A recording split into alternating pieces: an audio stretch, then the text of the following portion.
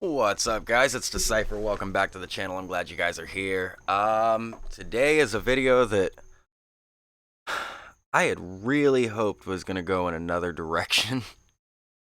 I had really hoped that this episode of Producers React was going to be a totally different one, but unfortunately it's different than what I expected, that's for sure. So today we're going to talk about the new Garbage album, No Gods, No Masters. Yeah, let's get into it.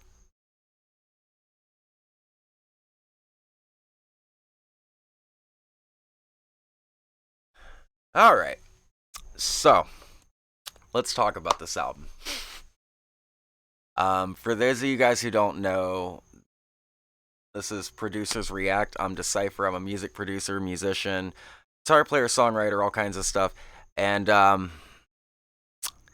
yeah, Garbage is actually one of my favorite bands. I'm going to see them in August, actually. And man, I just don't know what to say about this because like Butch Vig is such a huge inspiration to me that trying to talk about this album is a little bit rough since I unfortunately didn't like it that much.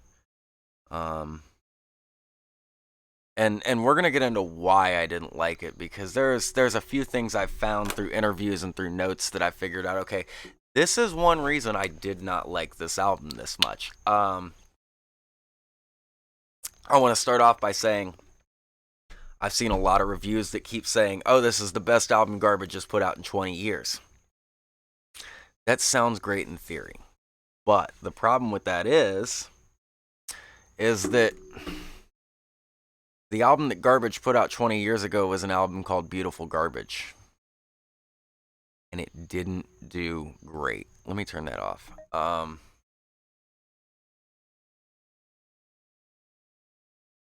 It wasn't a great album. It had some decent songs on it, but it was commercially a failure for Garbage. That's well documented. It was a big turning point for him. It was the third album.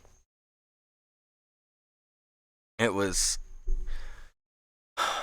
Garbage has always had this thing that they've said, especially through the early years.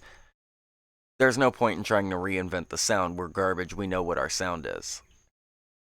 And then by Beautiful Garbage, they decided that they were going to reinvent the Garbage sound. And I didn't like it. A lot of fans didn't like it. I know that. So we're going to start off by talking about the fact that Butch Vig said that this album is a lot like Beautiful Garbage. Each song has its own identity, which take that for what it is. You can form your own opinions on Beautiful Garbage, whether you like it or not. I personally didn't, so that didn't give me a great amount of hope for the song or for the album. Um, Now, when the singles first came out, the Men Who Rule the World and No Gods, No Masters, I was really impressed. I was like, okay, this is not going to be like Beautiful Garbage. All these songs sound like Garbage. They sound like Garbage in version 2, like the first two albums they put out, which are just, those are in my top tier album lists. I mean, just no doubt about that. I think those are really great songs. They're put together really well. One of the big problems I found on this album overall, and especially as a producer, is I thought the vocal mix was a little bit weak as compared to the instruments. Like, Shirley's vocals just didn't have that cut through definition that they used to have.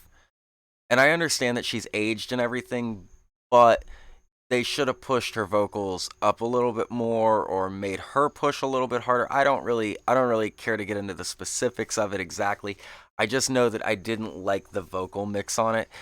And there was a couple spots I noticed where the guitars were a little too heavy. The drums felt a little distant on certain tracks. I didn't care for that. They were almost cinematic in some feels. And for anybody that remembers the album Strange Little Birds that came out quite a few years back, it was a pretty cinematic album. I didn't care for that one much either. but some of the drum textures felt a little far off in the distance to where they could have been. Um, I look, it's really hard for me, like I said, as a producer, to bash on Butch's production because he's such an influence to me. But this didn't, to me, run the gambit of a normal garbage record or a normal production job done by Butch Vig. Um, so, like I said, I thought Men Who Ruled the World was a really great song. I thought No Gods, No Monsters was a really great song. They both were very reminiscent of garbage, like old garbage. Um, I also thought that Flipping the Bird was another good resemblance of the old classic garbage sound, a lot of synthesizers and stuff. But this is where I really noticed that Shirley's voxes, her vocals were just, they were low. They didn't have the same punch and drive that they normally would have. So it kind of created a little bit of a lackluster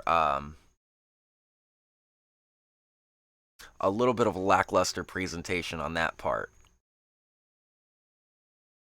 So the second track on the album is Creeps, which Creeps was a really great song. Everything about it, the lyrical structure, the context of the lyrics, the darkness of the lyrics, the way it was put together, the synthesizers, the guitars, the drums, it had that classic Butch Vig signature drum sound on it, that style, that swing. But man, the vocals were weak on this one. And this is the first song I instantly noticed where when it came to the chorus, the guitars got way too loud. They kind of drowned her out. She was almost buried inside the mix. Um you guys can tell this is just tough on me to say this shit about Butch, but it's really how I interpreted the album as a producer and how I felt about it. And granted, I haven't worked on the stuff that Butch Vig has, but I still have ears and I'm still a garbage fan at the end of the day. Uncomfortably Me, which is the next song on the album, almost felt like, and I guess allegedly this was written after too many drinks, too many mezcal drinks that Shirley had had on a trip to Mexico or somewhere like that. It felt too indie darling, that kind of Phoebe Bridgers, St. Vincent type of sound, and I like St. Vincent, but I didn't like this new album either. You guys can see that in episode 1, but it felt off. It felt like if Phoebe Bridgers or St. Vincent had done that song, I'd probably be talking about this one way differently. But the fact that it was garbage doing it kind of was like, okay. So I've only got a few more here that I want to talk about. Let's go ahead and talk about the last song on the album, "This City Will Kill You." I didn't like this. It was cinematic. It was orchestral. It was weird. It wasn't garbage. That's all I have to say about that one, and I want to go ahead and knock that one off my list. Um, Moving on, Wolves. I thought Wolves was a really great song. Again, this is another one where there were elements of the classic garbage sound that stood out. The sound that we really fell in love with this band for, there were elements of it there, but it just wasn't all there all the time. And Wolves had great lyrical context and stuff. I wish Shirley's vocals had been a little bit hotter so that I could have heard them. Um, but other than that, I thought this was a really, really great song.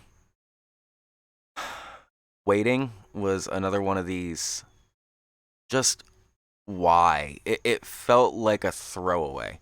It felt like something that was on the desk that should have been in the deluxe edition track listing, which had like the Starman cover and no horses and a bunch of stuff. Because the Night, which they really didn't do anything to, they just covered it, which was cool. You covered Because the Night, but there was no reason to if you weren't changing it. I kind of wanted to hear that and Starman done as like that classic garbage sound. Godhead was like this Depeche Mode esque song on the album, um, with really, really bizarre, almost too woke kind of lyrics in a way. And I don't like saying that, but they were just really, really weird. It was a lot of stuff like, if I had a dick, would you suck it? Da da da. It was just, it was so strange. The instrumentation was good, but the song itself, I didn't care for the lyrics. I thought it was just really odd. And it felt a little too on the nose of the Depeche Mode industrial sound. Anonymous XXX. I don't even have words. I didn't know what was going on here, and I don't want to be like an Anthony Fantamo or none of that. Like, just bashing records to bash records. Like, I talk about records because I really like talking about records. I'm a producer. That's why I do this, because I really like records. I really like when bands release albums, and I really had high hopes for this album. But like I said, it didn't do what I wanted. It didn't capture that, and I felt like really these last two songs, really the last three songs on the album were kind of this way. It almost felt as though this album should have been like the old school vinyl, the A and B side, where one side was kind of the up rock and the other side could have been like the Indie Darlings album. Um, but Anonymous XXX and then A Woman Destroyed were both just songs that I really couldn't even pay attention to. I found them so lackluster and appealing. The vocals were thin. Shirley's on the mic, like she's doing this close mic thing now, so it's like everything she sings is like this. It's like right here all the time. It's super quiet right in your ear. AMSR shit or whatever the hell that thing's called. LGBTQIA plus whatever AMSR, SMAR, whatever. S&M, sadomasochism. Anyways, moving on. So yeah, that's how I felt about the record itself. And of course, I know a lot of you guys are gonna jump in the comments down here and go, "Well, I don't see you producing Garbage's new record." Well, if they'd given me the opportunity, I absolutely would have, and I still will. If you guys want to do an eighth record and you want to call me in to do it, I'm happy to do it, dude. I love you guys, and I'd love to work with you, but I just didn't like the mix that was on this album. I didn't like a lot of the orchestral cinematic vibes that had come on this album. And that's been my big problem with a lot of the Garbage albums since really Beautiful Garbage in 2001. I mean, I hate to say that a band kind of lost their form after the sophomore album, but it it almost seems that way sometimes. And of course, if Butch Vig sees this by some odd miracle chance, or Shirley or Duke or any of them, I'll take a crack at remixing one of the songs if you want to send me stems, just to show you like what I thought they should sound like. But yeah, other than that, guys, if you enjoyed this, make sure to drop a like, hit the subscribe button, comment, tell me what you thought of the album. Tell me if you think I'm an idiot or a jackass for not liking the album or not liking Beautiful Garbage or whatever you want to tell me. I don't really care. Just drop it in the comment section down there. Make sure you hit that subscribe button, hit the bell, all that good stuff. We do all kinds of content here. It's not just producer related stuff. Like I said, I'm a songwriter, musician, artist, guitar player. So we do all kinds of cool stuff here. We've done sound design lessons. We do these producer reacts every Monday. I go through on every Friday of the week, pick out a different album, and we come back Monday. We talk about that album, what I thought about it. And it's generally a band that I really, really like that we're going to do them on. So there might be a week where, say, and I'll make a post about it if there is, but there might be a week where, say, there's just not an album out that I cared to look at or listen to, and we'll just move on about it. I do want to give a couple of shout outs here, real quick, to some people that I saw some albums from that I did really, really like. I really liked Kenny Hoopla's Survivor's Guilt, the mixtape. Fantastic, Kenny. Fantastic. You and Travis you guys killed that thing. You really did. I really liked Lord's new single, Solar Power. I thought that was a really cool It's a great summer tune. It is what it is. It's just a great little summer tune. Lord didn't really change her style or anything, so but yeah, other than that, guys, I'm Decipher. I will see you guys next time. As always, it's your world. Pay attention. Take care of yourselves.